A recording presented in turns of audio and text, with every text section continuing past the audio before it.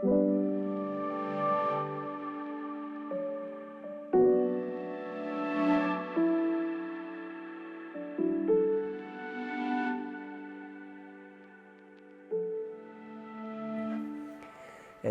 Azpiazu Zubeldia, Ameba taldeko kidea eta Kafe Tertulia kolektiboko partaidea, besteak beste.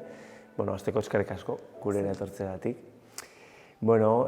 Kafe Garai izeneko atala jarri dugu 25. urteurrenaren bueltan, eta atal honetan atzera begira jarri nahi dugu, baina gaur egungo kontu ez ere hitz egin nahi dugu, eta pandemiak bete-betean eragin digu denoi, ez? Orduan, ez dakizuk ikasketa mailan, lanean edo etxean, edo maila personalean, nola eraman duzu pandemiak ekarri duen guztia?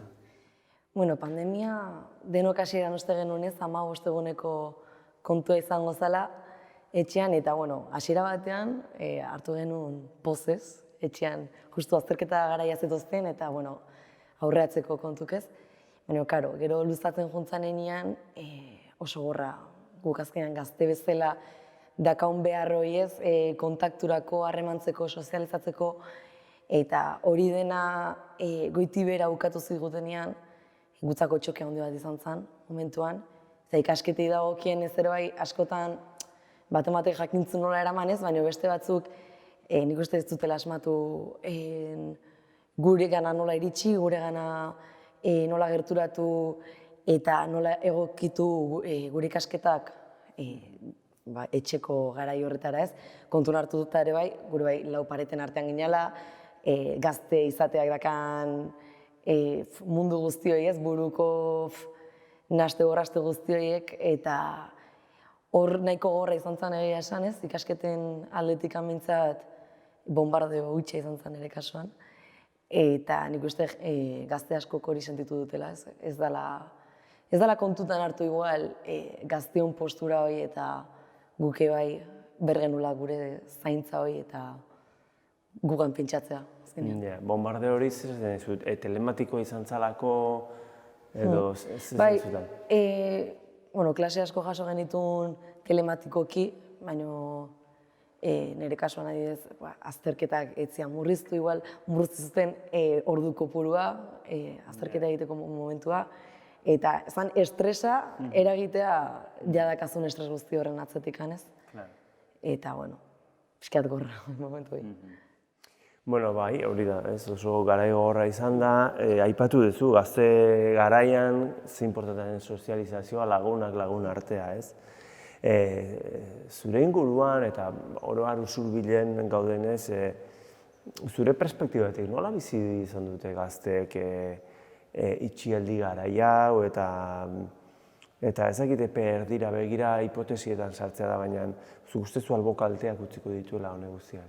Nik uste guztiz baietz, azkenean gazteak izan geha oso kriminalizatuak ere baiez, foko guztien arrazoia gu ginean, oso pertsona berokoi bezala hartzen zitzaigunez, zaintza alde batera uste zuen pertsona hori bezala. Eta nik uste lehen esan bezala ez dela ingaldera hori ez, gazteak zemuz daude. Esan dezun bezala sozializatzeko behar hori dena guzti zukeatu zaigu eta azkenean gazte izatea hori da ez, sozializatzea, harreman horiek, bisitasun hori, eta golpetik kentzea azkenean usurko gazteek eta munduko gazte guztintzako bai izan dela golpea handi bat.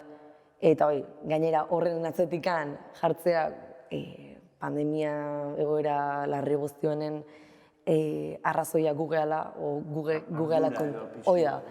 ardura bat ez, etxera eramaten bazenun, eta gero nundikan etortzen zian kasu gehienak, hor debate handi bat egongo zanez, lanetik askotan etortzen dira, eta baina dena parranda edo ardura gabekeri horietan jartzen zuten, eta etzan kontun hartu ere bai adibidez,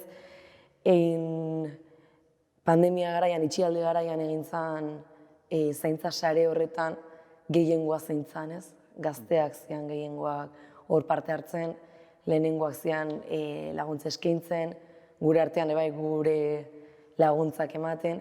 Eta nik uste ez dakit, alde batea utzi dan, ez dan baloratu edo edo begiak itxi dian horren aurrean ez, baina, karo, gero etxetik ateratzen ardura guztia guri bota zaigu.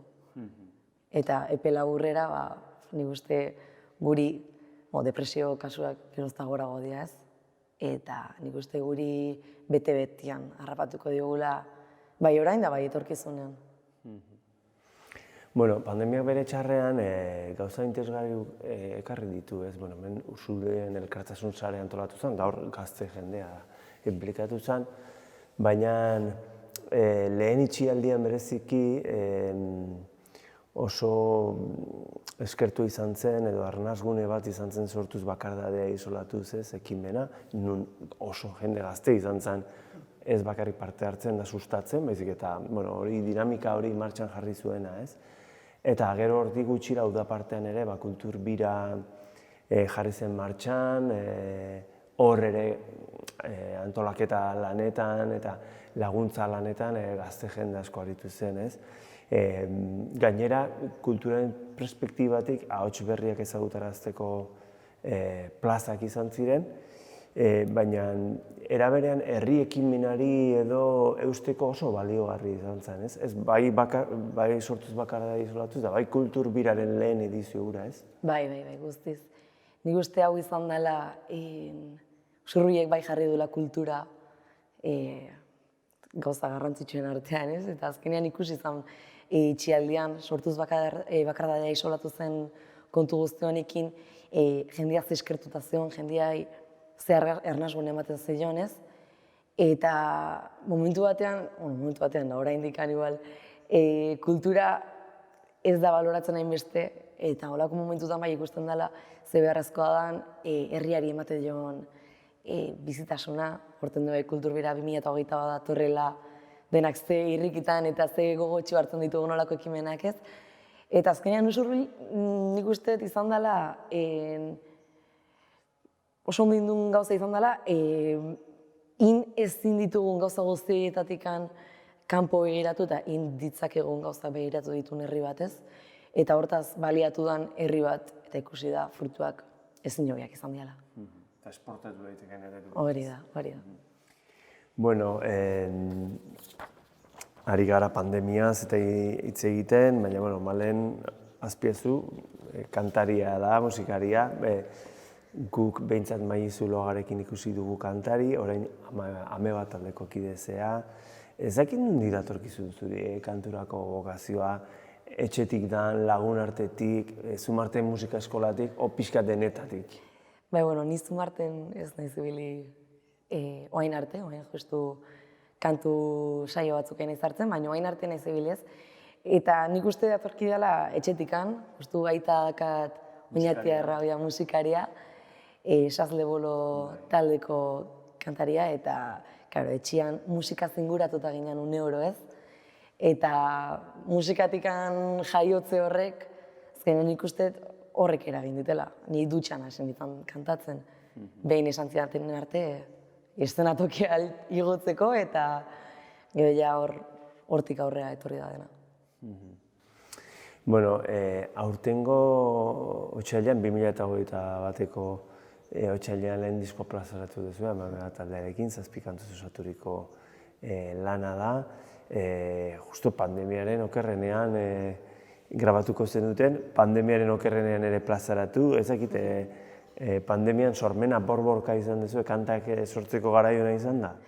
Gure kasuan bai hola izan zen ez, Ameba taldea behin sortuta zegoela erabaki genuenean kantak sortzia genitun kanta bat erdi, osatu gabeko 2 kanta genitun egin da, eta pandemia garaia iritsi zen, eta hasiera batean gure proiektua eten nintzen, momentu horretan, gero jarraitzeko asmotan ez.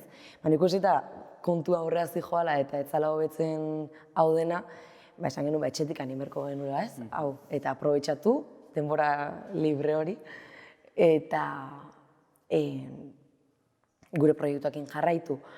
Eta, itxialdian kontun hartu behar da bai sortzaientzako sormen hori bai datorrela leku desberdinak, bizipen desberdinak edukitzetik anez, eta azkenean itxialdi garai batean, lau pareten artean, egunerokotasun berdin horretan, oso zaila zen tarteka sortzea, eta baita ere gure arteko komunikazioa. Karo, Jon Mikel taldeko beste kidean ere etxean zen, noski, baina beste bi kideekin komunikazioa zen audio bidez, edo bideo bidez, eta oso modu prekarioan esango dugu ez, baina guri positiboki, esan behar dago positiboki eragin zigula, ze azkenean itxialdian beste 5 kanta sortu genitun, eta ez dakit nola egin genuen egia esan, baina bai gogotxu hartu genuen, azkenean motibatzen zigun kontua zen, beste ekiz gauzak motibatuko zion momentu horretan,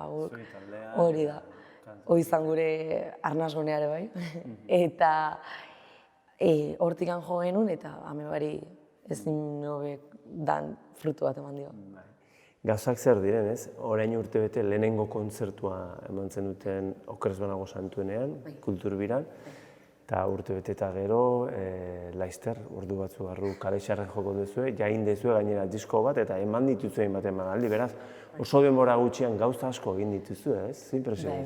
Egia esan, gu hasi ginean proiektu honekin ez genuen imaginatuko olako, ni behintzaten nuke imaginatuko olako garapena ez, taldean forma hartzen eginean, da aigean talde bat gehiago handikan, urte bete eskas dakana, elkar ezagutzen ari gehiago handikan bai pixka batez. Eta izan da dena modu oso azkarrean eraman deun proiektu bat, esan dezun bezala atera eta lehenengo kontzertua eman genuen, eta handikan gutxia ikusita zintzen panorama zer eskaini halko genuen hemen, esan genuen aprobetxatuko dugu eta garate egoko geha ez, eta hoxen genuen burubelarri jarri diskako azken ikutukin, eta diskan grabatzera ego. Baina egia esan oso prozesu azkarra, aldi berean oso aberasgarria, eta oso pozio horrekin. Bai. Bueno, usurbilen inpresioa daukagu, azken boladan, kantari, talde, proposamen asko sortu direla, ez? Eta pentsatzen dut jaietako bersio gauak zerikusia izango duela, ez dakit zen neurritan. Baina zirutzaizu, akaso bada arrobi lan egin duen gau bat, baina bai harremanak egiteko eta plazara eta eszenariora jotzeko aukera hori eman duen ekitaldia izan dela, ez bersio gauena. Bai, azken finean, bertso gauanak esan duzun bezala, jendea harremantzeko momentua da eta eszenatokia jende askok lehenengo aldiz bertan ikutzen du ez. Oso lagun arteko giroa da, orduan errestasun handiogakin igotzen zea ere bai, ameba hortikan sortu zen. Eta horrez gain ere bai, kontun hartu behar dugu Usurbilen dakaun suertia edo baliabide eskintza hori lokalak ensaiatzeko, herrin egiten dian ekimen guzti hauek eta dena. Eta hortik handi bai taldeak sortzeko errestasun hori badago ez, eta ikusten da. Azken finean zenbat talde dauden Usurbilen. Eta bertsio gauak nire ustez guztiz laguntzen du. Ze azkenean talde bat elkartu eta proiektu batean hastea oso arrotza izan daiteke ez momentu batzutan. Bueno, hastea bertsio gaue bateako elkartzen, talde bat bertsionatzen eta hortik jarraitzen, gure kasuan izan da bezala, askoz ere naturalagoa edo giro lasaiagoa izan daiteke. Bueno, musikari batzuekin hitz egin da, batzuk faltan botatzen dute zuzenean hitzeko tokiren bat edo, ez? Zutegi zine badala, ez dagoela gaztetxerik, zuek nola bizi duzu hori? Plazaren asunto hori, bueno, festetan, bai ez, frontoian o ekitaldik egiten dianean, herriko festetan, baina urtean zehar, sumatzen duzu olako gune baten premia. Bai, noski. Azkenean, zuk olako lan bat egin da gero nahi duzuna da plazaratu, jendea zabaldu eta eskaini zuk sentitu duzun hori, behar ere bai sentitzera ez. Eta pandemia garai honek bai eragin digula plaza horien itxiera esango dugu, murrizketa eta sortzaileoi o kulturgileoi asko eragin digun faktore da hori. Azkenean oso frustrantea dalako ez, zuk olako lan bat egin da gero momentu ona esango dugu ez, komila tartean bizitzeko momentu hori, zuzeneko momentu dela, hori kentzea, azkenean, karo, talde askotan etenaldia eragingo zuen. Eta horrez gain ere bai, kontuan hartu behar dugu, gaur egun egiten dian ekitaldi guzti hauek eserita diala. Eta horrek ekartzen du... Eta horrek ekartzen duen impacto ere bai ez, eszenatokian dago nahi ez. Guk lehenengo kontzertua Santuenen eman genuen, 200 pertsonan aurrean, denak eserita, karo. Eta zure lehenengo kontzertuan nervioi gehitzen badiezu jende kantidade horren, eseritako jende kantidade horren begirada guzti horiek, urduritasun hori bikoiztu egiten du ez. Eta oso arrotza izan daiteke, baino bai gaude gu gogotsu jende azutik dagoela. Gure bai behaien kontaktuei sentitzeko ez, azkenean zu pertsona bat ikusten baina ez du zure horren eserita geldik, zu eszenatokian ere bai dena ematen o askatuta egotea zaila egiten da. Ez da, hori da, baldintzatu egiten du. Eta jendea zuti balego eta dantzatzen balego, gure bai gehiago dantzatuko genuen.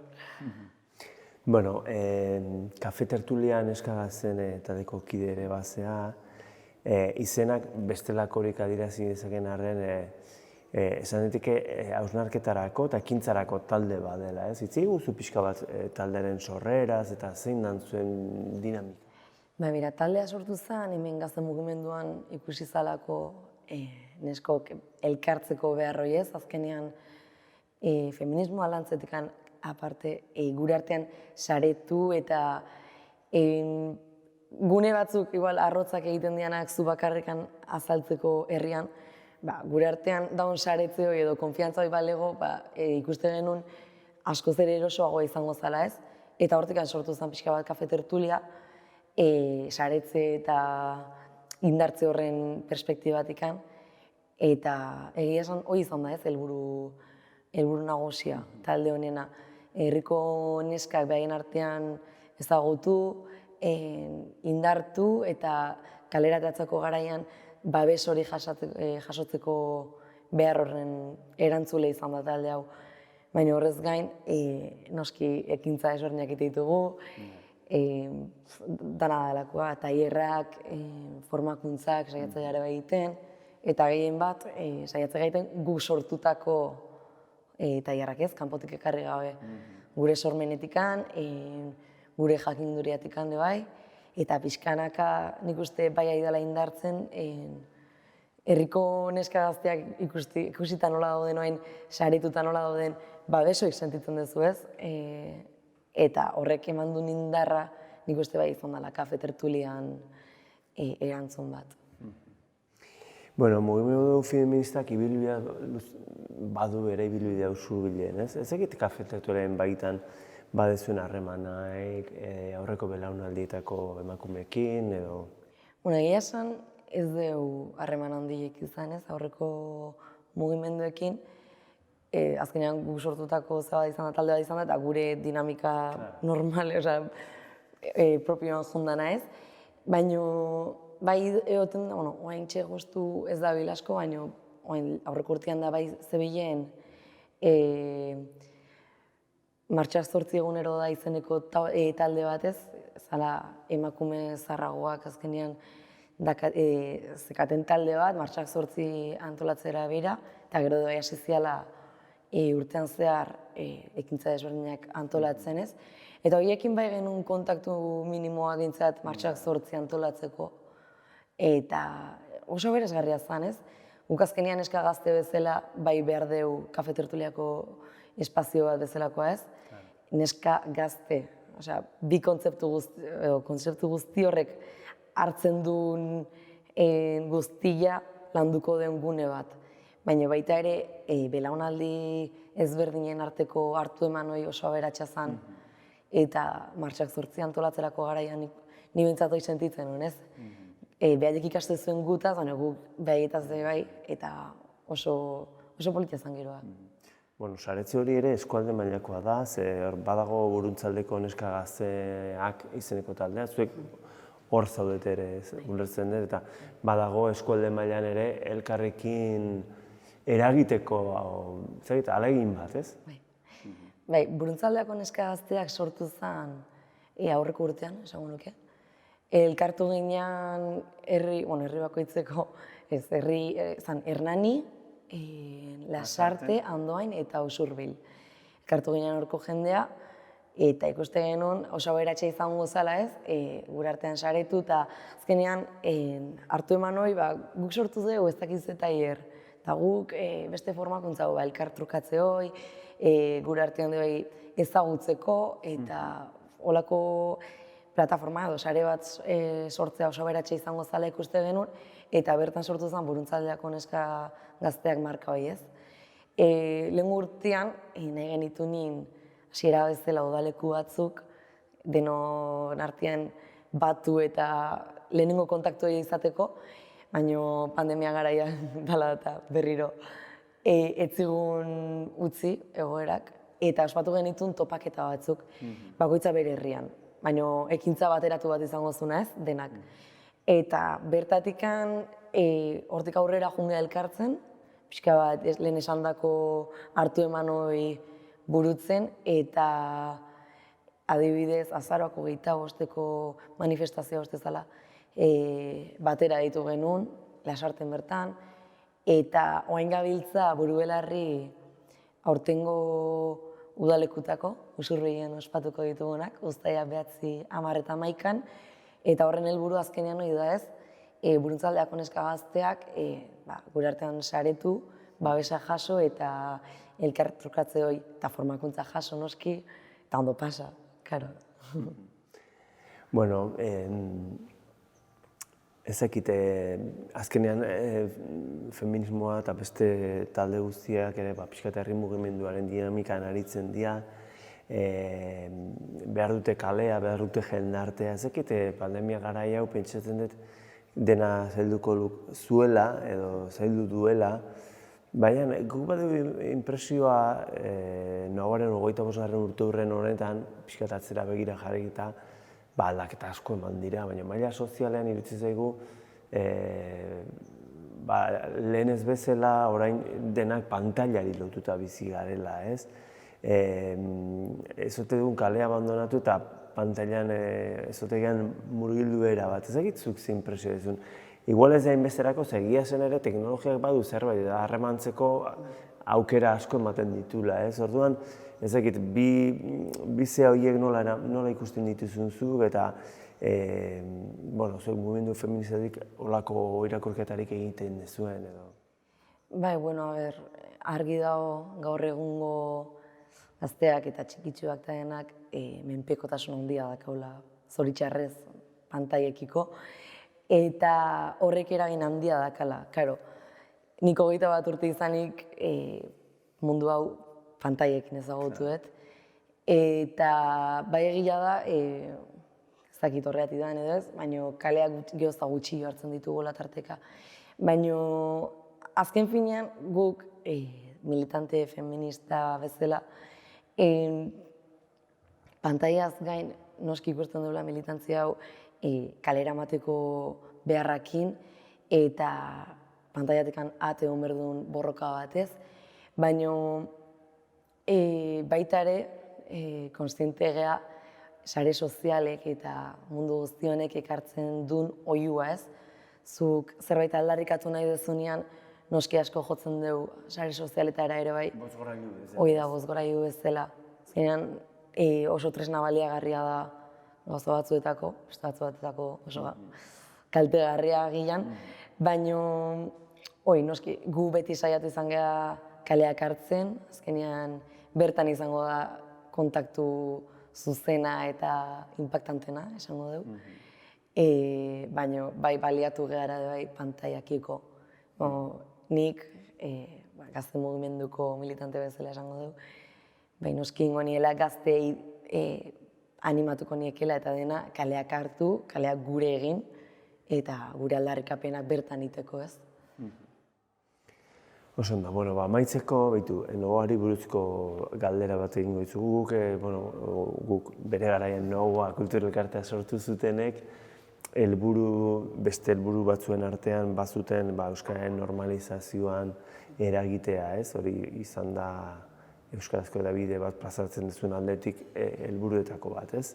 Gaur egun hedabide gisa ari gara paperean, ari gara sarean, kultura elkarte bezala ere hainbat arlo betez ditugu, eta gero aisialdian gero eta gehiago ari gara, ez?